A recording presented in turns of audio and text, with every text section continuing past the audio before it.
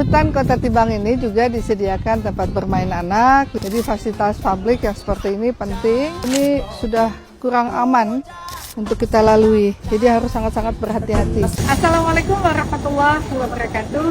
Saya ingin mengucapkan jazakumullah khairan katsiran, terima kasih kepada seluruh warga Banda Aceh atas semua perhatian, masukan, dan kepeduliannya demi keindahan kota tercinta. Alhamdulillah saat ini kita telah melakukan pemasangan lampu LED strip di Jembatan Patibira dan juga merehab jembatan kayu hutan bakau di Taman Hutan Kota Tibang.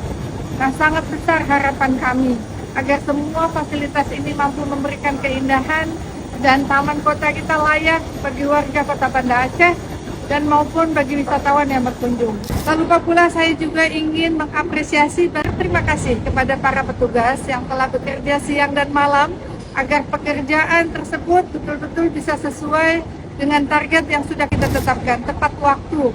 Nah, program ini merupakan bagian dari program prioritas Eliza Abdal, dan insya Allah akan kita susul dengan program-program lainnya. Namun demikian, fasilitas umum ini hanya akan bermanfaat kalau kita semua mau menjaga dan merawatnya. Saya sangat berharap, mari kita mulai tidak membuang sampah sembarangan. Tong sampah yang sudah kita fasilitasi berjumlah 30 tong sampah yang ada. Dan juga toilet yang sudah kita renovasi. Ini semua berada di kawasan hutan Kota Tibang ini. Betul-betul harus kita jaga dengan sebaik-baiknya. Teruslah kita peduli pada kebersihan lingkungan dan keindahan kota kita. Ingatlah, warga kota yang maju adalah warga kota yang peduli dengan menjaga sarana dan prasarana umum yang sudah kita fasilitasi.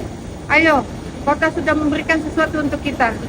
Apa yang bisa kita lakukan untuk kota tercinta? Terima kasih. Wassalamualaikum warahmatullahi wabarakatuh.